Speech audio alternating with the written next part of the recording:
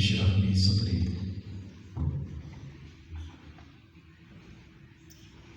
ويسر لي امري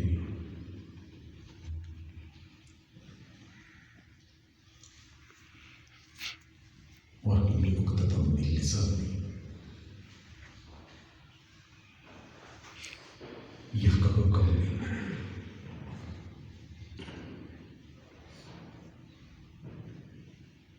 نحمدك اللهم يا مجيب كل سائل، الصلاة والسلام على من هو أفضل الوسائل وعلى آله وأصحابه ذوي الفضائل. أما بعد فأعوذ بالله من الشيطان الرجيم. بسم الله الرحمن الرحيم.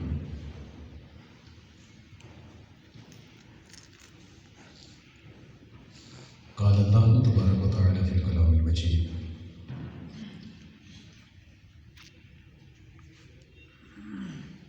قل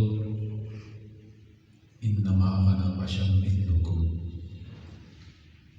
صدق الله العلي العظيم. وقال في مقام آخر: ما كذب الفؤاد ما رأى صدق الله العلي العظيم. وقال في مقام آخر: سبحان الذي أسرى بعبده ليلا من المسجد الحرام إلى المسجد الأقصى الذي صدق الله العلي العظيم وصدق رسوله النبي الكريم. ونحن على ذلك لمن الشاهدين والشاكرين والحمد لله رب العالمين. إن الله وملائكته يصلون على النبي يا أيها الذين آمنوا صلوا عليه وسلموا تسليما. درود پاک پڑھیے. صلوات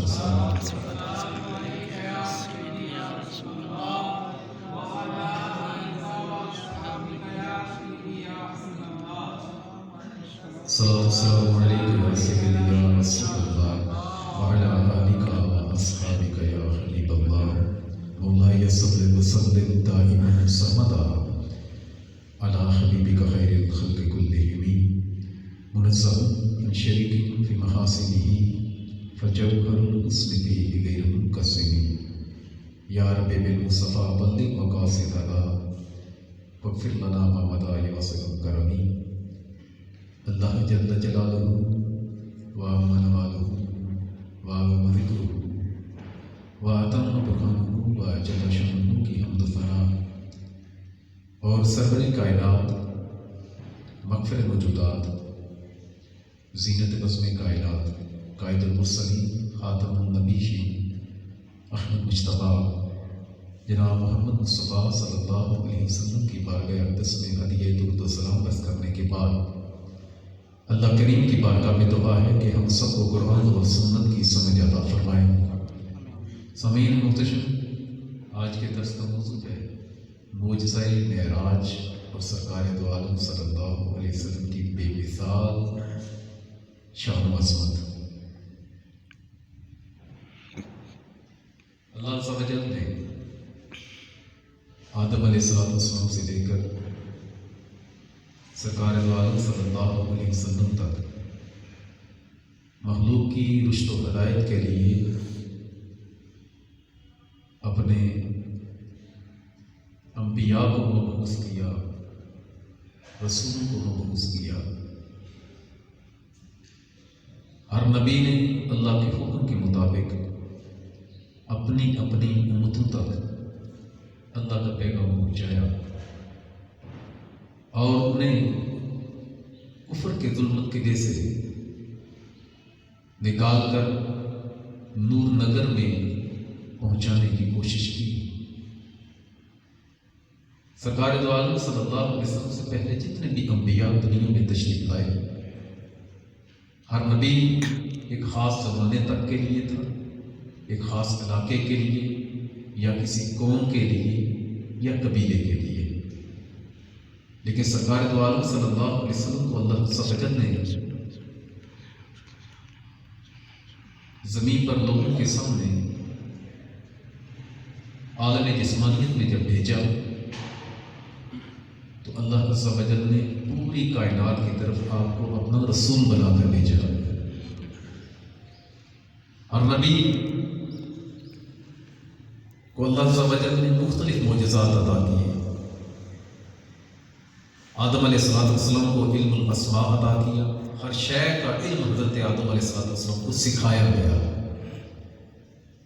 حضرت نوح علیہ السلام کو کشتی بنانے کا علم، حضرت سیدنا داؤد علیہ السلام کے ہاتھ میں لوہا پگھل کر نرم ہو جاتا، جیسے موڑنا چاہتے، جیسے آٹے کو موڑتے ہیں ایسے وہ مڑ جایا کرتا تھا. حضرت سلیمان علیہ السلام کو اللہ عز و جل نے یہ معجزہ عطا کیا کہ آپ کی حکومت جنات پر بھی تھی، انسانوں پر بھی تھی، ہواؤں پر بھی تھی. حضرت سیدنا موسیٰ علیہ السلام کے سب سے زیادہ جو قرآن پاک میں معجزات کا ذکر ہے وہ تقریباً 9 معجزات اللہ عز و جل نے حضرت موسیٰ کو عطا فرمائے. حضرت عیسیٰ علیہ السلام کو بھی اللہ عز و جل نے یہ معجزہ عطا کیا کہ آپ اگر کوئی بندہ کوڑ کے مرض میں مبتلا ہوتا، آپ اپنا دست شفقت پھیرتے اس کے جسم پر، اللہ عز و جل آپ کے ہاتھ کی برکت سے اس کوڑ مریض کو اللہ عز و جل شفا عطا فرما دے. حتیٰ کہ حضرت عیسیٰ علیہ السلام کو اللہ عز و جل نے ایک ایسا معجزہ عطا کیا کہ آپ مٹی سے پرندے کی مورت بناتے، اس کی صورت بناتے، اس کا بت بناتے اور پھر اس پر دم کرتے تو اللہ عز و جل اس مٹی کے پرندے کی مورت کو جان عطا فرما دیتا. سبحان اللہ. اور ایک اللہ عز و جل نے آپ کو یہ معجزہ عطا کیا کہ آپ کسی مردے کو بھی ٹھوکر مارتے تو اللہ اس میں بھی جان پیدا فرما دیتا. سبحان. لیکن سرکار دو عالم صلی اللہ علیہ وسلم کی جب باری آئی تو صرف مردے زندہ کرنا نہیں، جو کچھ گھروں میں کھا کر آئے ہو وہی بتانا نہیں. ید بیضا کا صرف یہی معجزہ نہیں دیا، صرف یہی معجزہ نہیں کہ سرکار دو عالم صلی اللہ علیہ وسلم کے چہرے انور کو کوئی دیکھے تو اللہ عز و جل چہرے کی برکت سے اس کے دل کو روشنی عطا فرمائے. سبحان اللہ. صرف یہی معجزہ نہیں کہ پتھروں نے آپ کا کلمہ پڑھا، صرف یہی معجزہ نہیں کہ سرکار دو عالم صلی اللہ علیہ وسلم کی بارگاہ میں درخت ایک آدمی کی طرح چل کر آیا. صرف یہی معجزہ نہیں کہ آپ کی دعا کی برکت سے اللہ عز و جل نے مردے کو زندگی عطا فرمائی. صرف یہی معجزہ نہیں کہ سرکار دو عالم صلی اللہ علیہ وآلہ وسلم آپ ایک ممبر پر بیٹھے جو لکڑی کا بنا ہوا، وہ اس سے جب جدا ہو اس کی جگہ جو ہے وہ کوئی اور ممبر رکھا جائے، بلکہ پہلے ایک تنا تھا کھجور کا ستون حنانہ، آج بھی اس جگہ پر وہ بات وہ پلر موجود ہے مسجد نبی شریف میں. آقا اس کے ساتھ ٹیک لگا کر خطبہ ارشاد فرماتے تھے. جب تعداد بڑھ گئی، ممبر کی ضرورت پیش آئی تو اس ستون کو ہٹا کر، اس تنے کو ہٹا کر وہاں پر ممبر رکھا گیا جس کے تقریباً 3 زینے تھے. تو سرکار دو عالم صلی اللہ علیہ وسلم کی جدائی میں آقا کے جس کے ساتھ آقا کا جسم مس ہوا، آقا کے جسم کی برکت سے اللہ عز و جل نے اس مردہ تنے کو زندگی عطا فرمائی. اور کہتے ہیں کہ وہ ایسے روتا تھا سرکار کی جدائی میں جیسے کوئی مثل انسان، کوئی آدمی روتا ہو، اور اس کے رونے کی آواز سارے صحابہ کرام سنی تو ان کو پتہ چلا کہ یہ جو ہے سرکار کی جدائی میں یہ رو رہا. صرف یہی معجزات عطا نہیں کیے بلکہ اللہ عز و جل نے سرکار کو یہ معجزہ دیا، یہ شان عطا کی، یہ کرم کیا کہ جو بشریت آقا کو اللہ نے عطا فرمائی وہ کسی کو عطا نہیں فرمائی. جو روحانیت آقا کو اللہ نے عطا فرمائی وہ روحانیت کسی کے مقدر میں آئی نہیں. جو نورانیت سرکار کو اللہ عز و جل نے عطا فرمائی وہ کسی نہ نبی کو عطا فرمائی نہ فرشتوں کو عطا فرمائی. اور یہ واقعہ معراج عراق کے قلیل حصے میں مسجد الحرام سے مسجد الاقصی، مسجد الاقصی سے سدرۃ المنتہا، وہاں سے آگے لامکان، پھر رب کی بارگاہ میں حاضر ہونا، یہ تو ایسی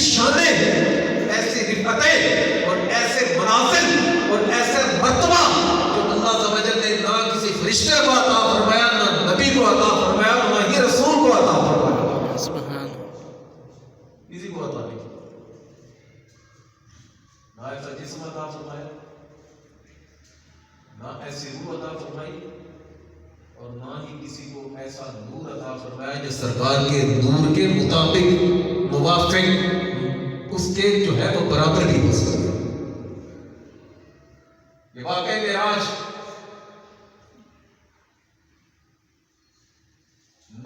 نبوت کے اعلان کے تقریباً یہ 11 برس بعد روایات مختلف.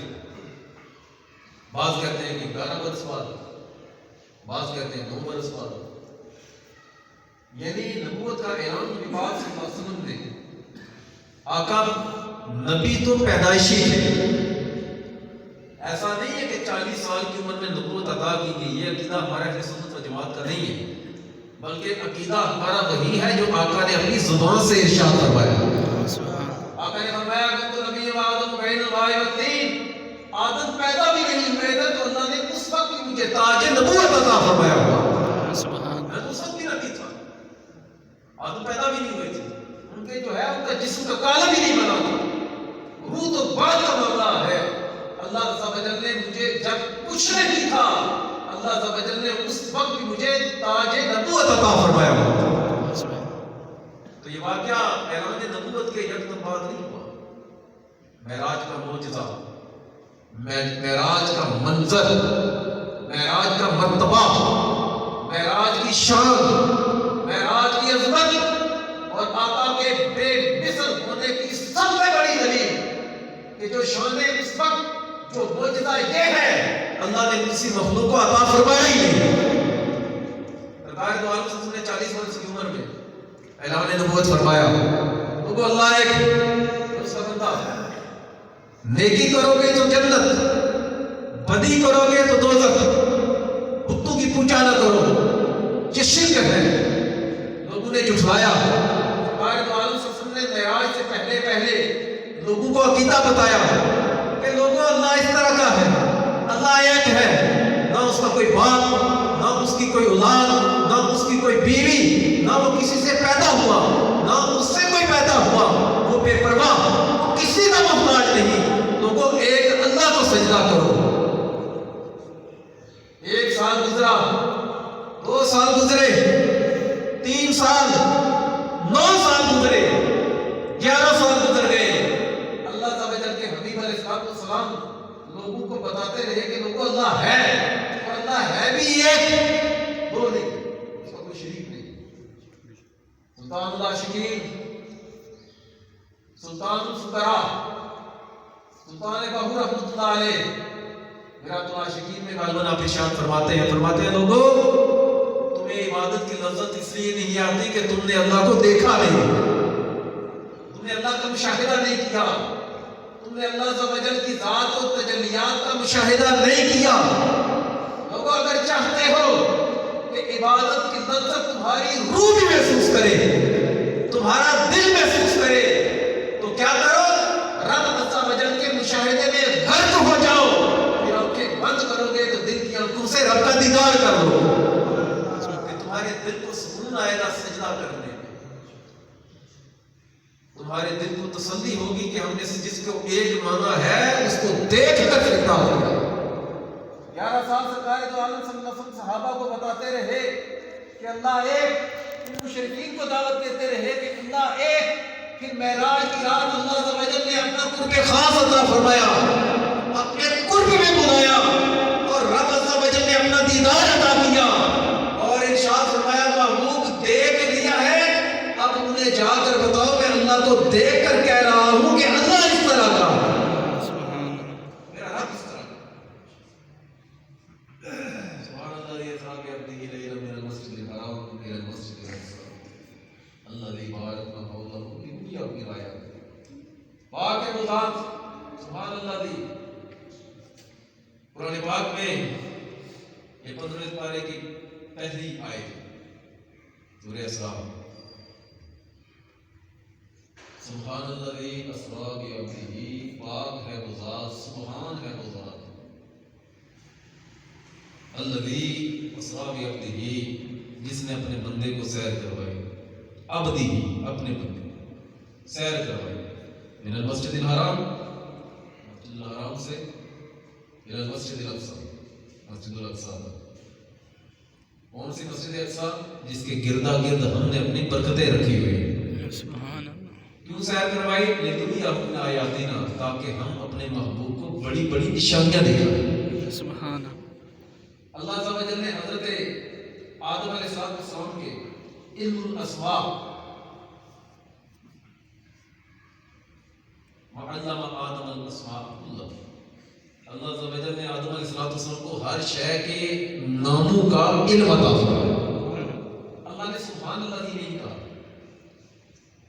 اللہ عز و جل نے حضرت نوح علیہ السلام جب کائنات میں آپ کا وہ معجزہ کہ صرف وہی بندہ زندہ رہ سکا جو آپ کی کشتی میں سوار تھا، کشتی کے معجزے کا ذکر کیا، یہ نہیں کہا سبحان اللہ. اللہ عز و جل نے حضرت ابراہیم علیہ السلام، آگ آپ پر گلزار بنی، وہ جلتی آگ آپ پر جو ہے وہ باغ بن گئی، لیکن اللہ نے یہ نہیں کہا. اس آیت کا آغاز یا اس معجزے کے بیان سے پہلے اللہ عز و جل نے سبحان اللہ نہیں کہا. اللہ عز و جل نے حضرت موسیٰ علیہ السلام کے حوالے سے ارشاد فرمایا کلم اللہ موسیٰ تکلیما. اللہ عز و جل نے موسیٰ سے کام کلام نہیں کیا، بلکہ اللہ نے موسیٰ علیہ السلام سے بڑا زیادہ کلام کیا، لیکن یہ نہیں کہا کہ سبحان اللہ یا سبحان اللہ کلم موسیٰ تکلیما. وہ ذات جس نے موسیٰ علیہ السلام کے ساتھ اچھی طرح کلام کیا، یہ اللہ نے سبحان اللہ کا لفظ استعمال نہیں. پورے قرآن پر غور کریں. کسی نبی کے معجزے کے بیان کے وقت اللہ نے یہ نہیں کہا کہ سبحان اللہ، پاک ہے وہ ذات، سبحان ہے وہ ذات. سبحان لفظ جو ہوتا ہے یہ پاکی کے معنی میں استعمال ہوتا ہے، لیکن یہ سرکار دو عالم صلی اللہ علیہ وسلم کے معجزے کا، معراج کا ذکر قرآن میں اللہ نے کرنا ہوا تو سب سے اللہ عز و جل نے پہلے معجزہ بیان کر رہا ہے اللہ عز و جل سرکار کا. اللہ کا معجزہ نہیں ہوتا، اللہ عز و جل معجزہ عطا کرتا ہے. اللہ عز و جل معجزہ عطا کرتا ہے. اللہ عز و جل نے جب سرکار دو عالم صلی اللہ علیہ وسلم کے سفر معراج کے معجزے کا ذکر کرنا ہوا تو سب سے پہلے اللہ عز و جل نے اپنی تعریف بیان کی، پھر بتایا ہے کہ اس نے اپنے بندہ خاص کو، اپنے عبد کو سیر کروائی. معجزے کا بیان ہو رہا سرکار کا، تعریف اللہ عز و جل شروع میں کر رہا ہے اپنی. تو صوفیاء یہاں سے کہتے ہیں کہ لوگوں، اللہ نے یہ بتایا ہے کہ اپنے نبی کی تعریف کرنے سے پہلے میں نے اپنی تقدیس، اپنی تسبیح، اپنا پاک ہونا اس لیے بیان کیا ہے کہ میرے نبی کا جو ذکر کرتا ہے گویا وہ میرا ہی ذکر کرتا ہے. سبحان اللہ. جو میرے نبی کا ذکر کرتا ہے اپنے ذکر کو اپنے نبی کے ذکر کے ساتھ ملایا اور لوگوں کو بتایا کہ میرے نبی کے معجزے کا ذکر، یہ معجزہ بھی عام نہیں، جس طرح یہ معجزہ بے مثل ہے اسی طرح جو آیت، جس آیت میں اس معجزے کا ذکر ہے پورے قرآن میں تو آیت بھی بے مثل ہے. اور اللہ نے اپنی تعریف، اپنی تسبیح، اپنی تقدیس اس لیے بیان کی کہ آگے چل کر سرکار کے معجزے کا ذکر، یعنی جو سرکار کا ذکر کرے وہ ایسے ہی ہے جو جیسے وہ اللہ عز و جل کی تعریف بیان کر رہا ہے. سبحان اللہ. جیسے وہ اللہ عز و جل کی تعریف مختصر ہے. سرکار دو عالم صلی اللہ علیہ وسلم نے مکہ شریف سے مسجد الاقصی تک آپ نے سفر کیا، لیکن بس رات کے تھوڑے سے حصے.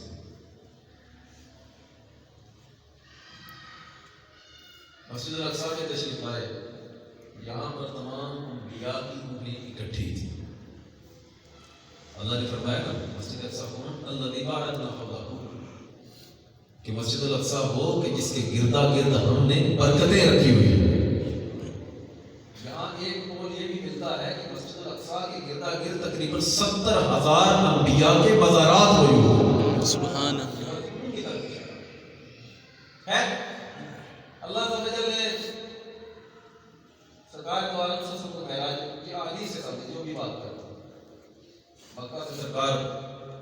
تشریف لائے مسجد الاقصیٰ میں انبیاء کی روحیں اکٹھی کی.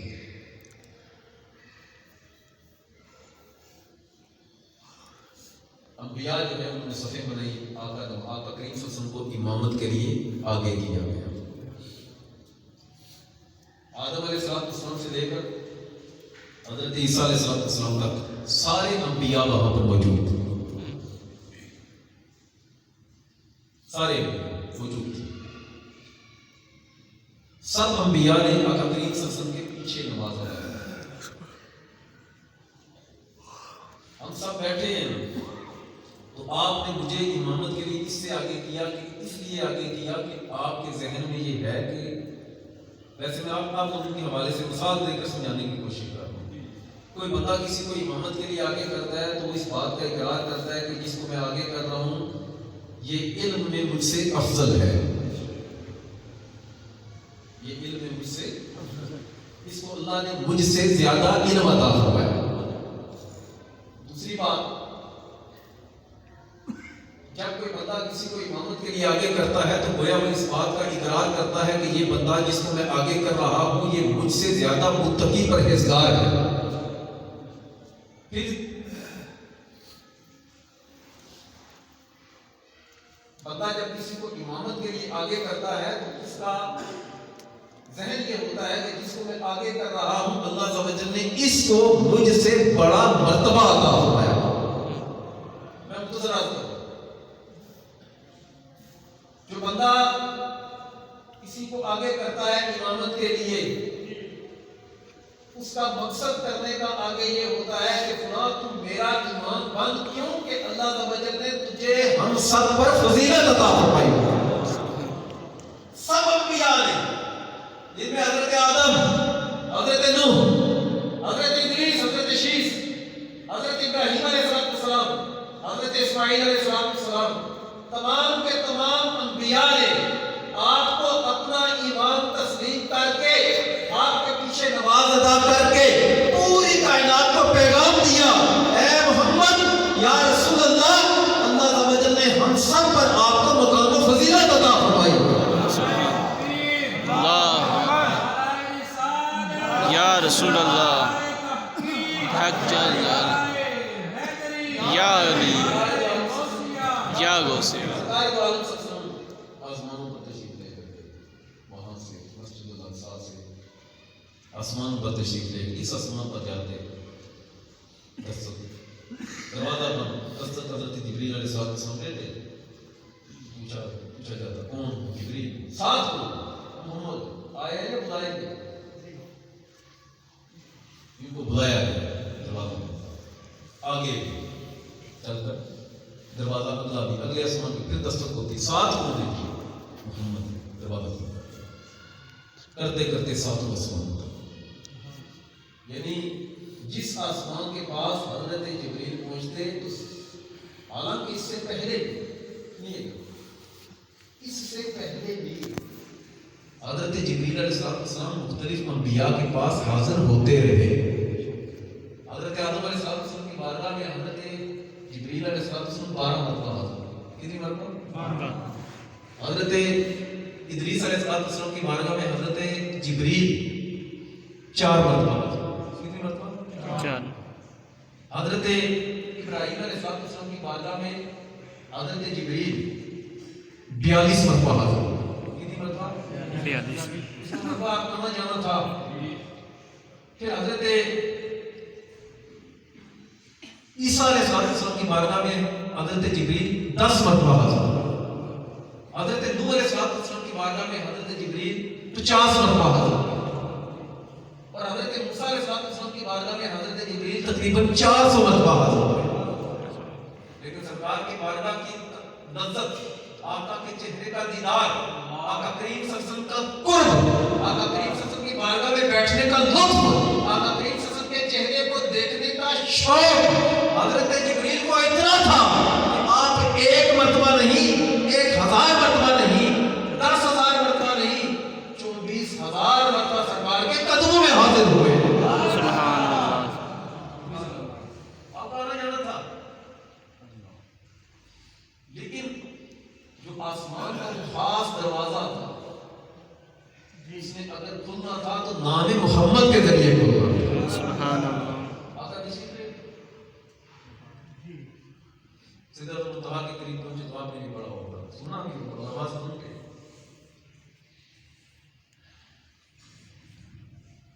سدرۃ المنتہا کے قریب پہنچے تو جبریل علیہ السلام نے عرض کیا آقا کہ یہاں سے آگے آپ تشریف لے جبریل آگے چلو، عرض کیا آقا اگر ایک پورا بھی آگے گیا نا تو اس نور کی تجلی سے میں جل جاؤں، راکھ ہو جاؤں۔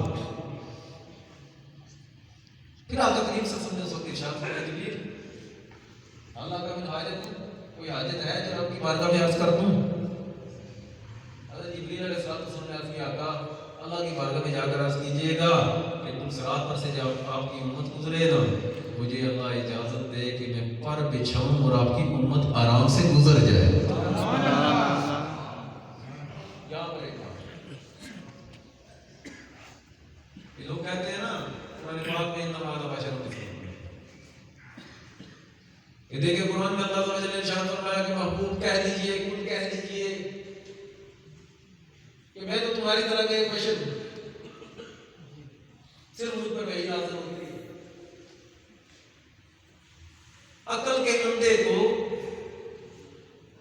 کچھ نظر ہی نہیں آیا کہ اس ہستی کے لیے اللہ عز و جل نے قرآن میں یہ جو کلمات نازل فرمائے ان کا کوئی خاص مقصد تھا۔ دیکھا تو ابو جہل نے بھی سرکار کے چہرے کو تھا، لیکن شوق اللہ عز و جل نے حضرت صدیق اکبر کو عطا فرمایا۔ سبحان اللہ پوچھا نہ کرے ابو بکر تیری کیا خواہش کیا ہے؟ عرض کیا ہے بڑی خواہش یہ ہے کہ ہر وقت آپ کے چہرے انور کی زیارت کرتا رہا۔ سبحان اللہ کوئی کیا سمجھے گا اس ہستی کی شان کو کہ جس ہستی نے حضرت صدیق اکبر سے کہا، حضرت ابوبکر صدیق رضی اللہ عنہ، آقا کریم صلی اللہ علیہ وسلم نے ایک مرتبہ ملاحظہ کیا کہ ابوبکر صدیق آقا کے چہرے انور کو بڑے ٹکٹکی باندھ کر دیکھ رہے، بڑے غور سے دیکھ رہے۔ آقا نے پوچھا ابوبکر کیا دیکھتے ہو؟ عرض کیا آقا آپ کی حقیقت تک پہنچنے کی کوشش کر رہا، آقا آپ کو سمجھنے کی کوشش کر رہا، آقا چاہتا ہوں کہ کسی طریقے سے آپ کی مجھے حقیقت کا پتہ چل جائے۔ آقا نے ارشاد فرمایا ابوبکر الذی بعثنی بالحق لم یعلمنی حقیقۃ غیر ربی، ابوبکر اس ذات کی قسم جس کے قبضہ قدرت میں محمد کی جان ہے، میری حقیقت کو کہ میں کون ہوں میرے رب کے سوا کو جانتا ہی نہیں۔ سبحان اللہ اسے کیا پتہ چلے گا انما انا بشر جو عام مدرسوں میں پڑھا، جو عام جگہوں پر پڑھا، جو عام استادوں سے پڑھا، اس کو کیسے سمجھ سکتا ہے جب صدیق اکبر رضی اللہ تعالیٰ عنہ جنہوں نے تعلیم حاصل کیا تو سرکار کے قدموں سے حاصل کی، سبحان اللہ جنہوں نے سرکار سے قرآن پڑھا، سرکار سے نمازیں سیکھی، اور سرکار کے قدموں سے اتنا علم ملا کہ جس کے علم تک کسی صحابی کا علم نہ پہنچ سکا۔ جب ان کو نہیں سمجھ رہے تو کسی عام سے ایک مدرسے کے طالب علم کو یہ مولوی جس کے دل میں ہے غلاظت، جس کے دل میں ہے خباثت، اس کو کیا پتہ چلے کہ انما انا بشر مثلکم کا مطلب کیا ہے؟ محبوب ہم نے آپ کو بشر بنایا ہے، لیکن ایسا بشر نہیں بنایا کہ کوئی آپ جیسا بشر ہو۔ سرکار دو عالم صلی اللہ علیہ وسلم نے ایک مرتبہ صحابہ کرام کو دیکھا، آقا کریم صلی اللہ علیہ وسلم نے ملاحظہ کیا کہ صحابہ کرام تھوڑے کمزور نظر آتے ہیں، جو ہے صحابہ کرام کمزور نظر آتے ہیں۔ سرکار دو عالم صلی اللہ علیہ وسلم پوچھا وجہ کیا ہے کہ تمہیں کمزور کر دیا؟ سرکار دو عالم صلی اللہ علیہ وسلم نے جو ارشاد فرمایا صحابہ نے عرض کیا آقا آپ رکھتے ہیں مسلسل روزے، تو ہمیں چونکہ آپ سے محبت ہے، بندہ جس سے محبت کرتا ہے تو اس کے نقش قدم پر چلنے کی کوشش کرتا ہے۔ ہمیں آپ کو یہ ادا بڑی ہمیں آپ کی یہ ادا بڑی پسند آئی، ہمارا بھی دل کرتا ہے کہ ہم جو ہے مسلسل آپ کی طرح روزے رکھیں. آپ مسلسل روزے رکھتے ہیں تو ہم بھی مسلسل روزے رکھتے ہیں آپ کی سنت پر عمل کرتے ہوئے, آپ کی محبت میں. آقا نے ارشاد فرمایا, سنو, ایکم مثلی,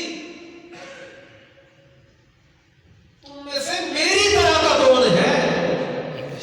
ایکم مثلی, تم میں سے میری طرح کا کون ہے؟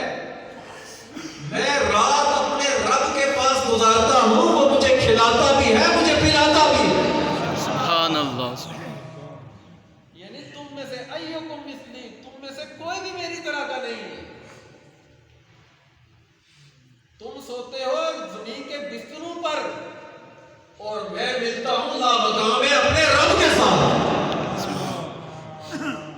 تم کھاتے ہو جو, تم کھاؤ کھجوریں, تمہیں لگے بھوک, مجھے بھوک لگتی ہے تو میں رب کی زیارت کر لیتا ہوں. سبحان اللہ.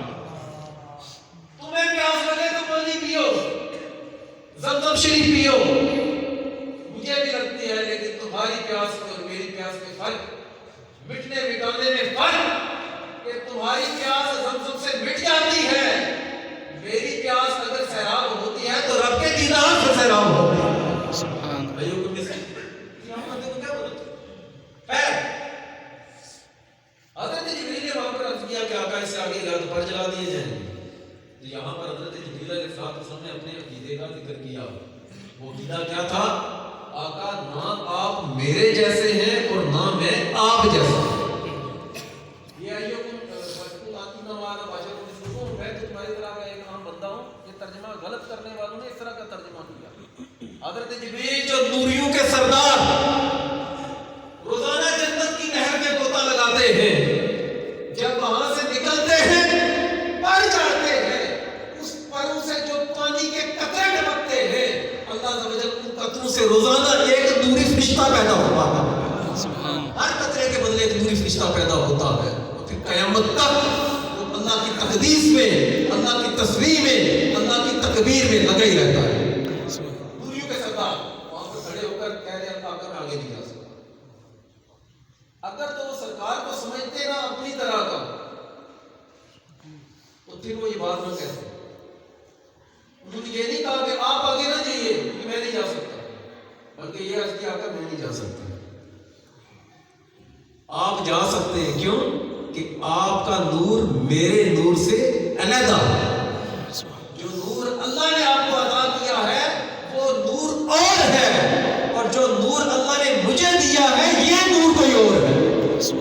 کیوں کہ میرے نور میں اگرچہ جو ہے وہ فرشتوں کا سردار, میرے پروں سے پانی کے قطرے ٹپکتے, اللہ عز و جل نور کا فرشتہ پیدا فرمائے. اگرچہ جو ہے میں آدم کے پاس حضرت آدم کی بارگاہ میں حاضر ہوا, حضرت نوح کی بارگاہ میں, حضرت شیش کی بارگاہ میں, حضرت ابراہیم کی بارگاہ میں, حضرت عیسیٰ کی بارگاہ میں حاضر ہوا. آقا یہ اللہ عز و جل نے رسول بھی بنایا, مجھے مقام مرتبہ بھی دیا, نوریوں کا سردار بھی بنایا, لیکن جو مجھے نور عطا کیا ہے وہ نور آپ کے نور کے برابر ہو ہی نہیں سکتا. کیوں کہ یہ میرے نور کی انتہا ہے, آگے آپ کے نور کی ابتدا ہے. سبحان اللہ. کہ رب عز و جل کی تجلیات, اس کے جلوے, اس کے نور کے اثر کو میرا نور برداشت نہیں کر سکتا. اگر پوری کائنات میں کسی کا نور رب کے تجلیات, رب عز و جل کی جو ہے وہ تجلیات کی جو نظر ہے, وہ جو جلوے ہیں رب عز و جل کی ذات کے, اگر وہ نور کوئی برداشت کر سکتا ہے تو اللہ نے صرف وہ نور آپ کو عطا فرمایا. میرا نور آپ کی طرف اور آپ کا نور میری طرف. آگے تشریف لے جائیے, کیا مختصر یہ سرکار کے دواروں سے سنوانے تشریف لے جائیے. آپ مکان رب کے ساتھ ملاقات. ٹائم چونکہ کام ہوتا ہے تفصیل میں نہیں جا سکتے, رب کے ساتھ ملاقات. اللہ عز و جل نے قرآن پاک میں ارشاد فرمایا, ما کتبت فؤاد ما رأى,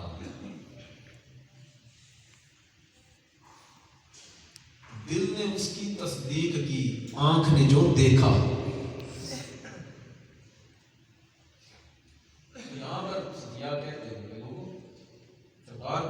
ایک مرتبہ نہیں، اللہ نے 2 مرتبہ دیدار عطا فرمایا، ایک دل کی آنکھوں سے اور دوسرا سر کی آنکھوں سے۔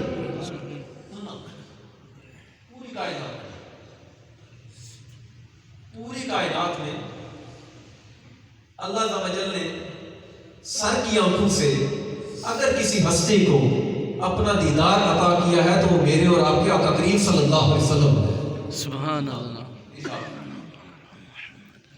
یہ سرکار کو عالم سے کو دیدار کیوں عطا کیا، یہ بات قابل توجہ ہے۔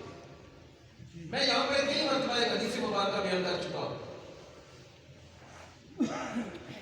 آقا کریم صلی اللہ علیہ وسلم نے ارشاد فرمایا ان اللہ اختارنی واختار علی اصحابی، پوری کائنات میں اللہ عز و جل نے اپنے لیے اگر کسی کو چنا ہے تو وہ میں محمد ہوں،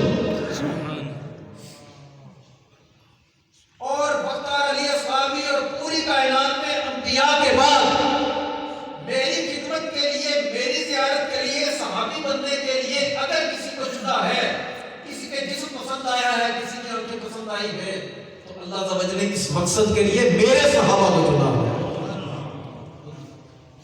ایک اور بات، ایک حدیث مبارکہ ہے، آقا کریم صلی اللہ علیہ وسلم نے ارشاد فرمایا اللہ عز و جل نے پوری روئے زمین پر نظر کی، نگاہ رحمت کی، جو سب سے زیادہ دل اللہ عز و جل کو پسند آیا، اللہ عز و جل نے وہ دل مجھے عطا فرمایا۔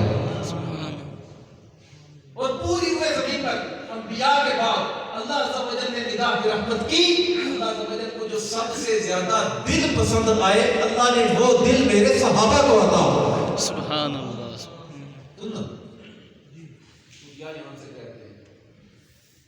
آدم علیہ السلام کا دیدار الہی کا شوق اپنی جگہ، حضرت نوح علیہ السلام کا اللہ کا دیدار کرنے کا شوق اپنی جگہ، حضرت ابراہیم علیہ السلام کا شوق دیدار الہی کا اپنی جگہ، حضرت موسیٰ علیہ السلام کا اللہ عز و جل کا دیدار کرنے کا شوق اپنی جگہ، حضرت عیسیٰ علیہ السلام کا اللہ عز و جل کا دیدار کرنے کا شوق اپنی جگہ، لیکن سب سے زیادہ جس دل میں رب کو دیکھنے کی خواہش تھی، رب کو دیکھنے کی تمنا تھی، رب کو دیکھنے کا شوق تھا، اللہ عز و جل نے وہ دل سرکار کو عطا فرمایا۔ سبحان اللہ۔ وہ واحد دل اللہ نے سرکار کو عطا فرمایا، وہ دل ایسا باقاعدہ فؤاد ما رآ، آنکھ نے دیکھا، دل نے تصدیق کی۔ اس دل میں شوق اتنا زیادہ تھا، اتنا شوق تھا، اتنا شوق تھا کہ رب کو خود اشتیاق ہوا کہ میں اس دل والے محمد کو اپنا دیدار عطا فرماؤں۔ اور پھر دل سے تو دیدار ہونا، تو پھر تو یہ انبیاء کو بھی ہوا، اب سر کی آنکھوں سے دیدار ہونا چاہیے۔ پھر اللہ عز و جل نے دل کا معاملہ اپنی جگہ، اللہ عز و جل نے اپنی بارگاہ سے آنکھیں بھی ایسی عنایت فرمائی، فرمایا قریب تم رب کا دیدار ایسے کرو گے جیسے چودھری کے چاند کو دیکھتے ہو۔ مرنے کے بعد، میدان محشر کے بعد، پرصراط کے بعد جنت میں جائیں گے، رب کو منظور ہوگا، جمعہ کا دن ہوگا، منادی اعلان کرے گا، جنت والوں ایک جگہ اکٹھے ہو جاؤ، سارے اکٹھے ہوں گے، رب کی طرف سے اعلان کیا جائے گا، بتاؤ جنت کیسے؟ بندے عرض کریں گے مولا تیری جنت کے بارے میں جیسے قرآن میں پڑھا تھا ویسے پڑھا، ہم نے تو سوچا ہی نہیں تھا کہ اس کی نعمتیں اتنی اچھی ہیں، اس میں باغات اس طرح کی، اس کی خوبصورتی، اس کی چاشنی، اس کی لذت۔ اللہ ارشاد فرمائے گا جنتیوں، آج میں تمہیں اس جنت سے بھی بڑھ کر ایک اور تحفہ عطا کرتا ہوں۔